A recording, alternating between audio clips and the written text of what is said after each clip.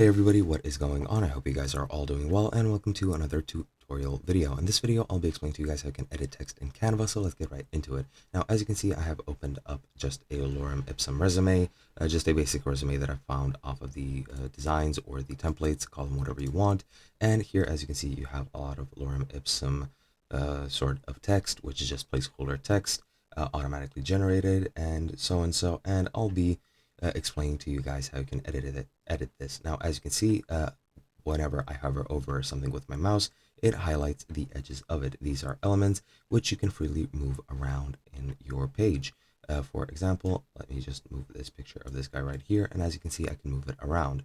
I also have different options at the top depending on the element that I click.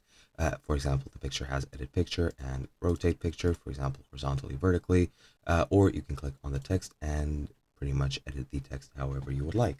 Now you can change the font, change the font size, you can change the color, change the style or the formatting, you can change uppercase to lowercase and lowercase to uppercase.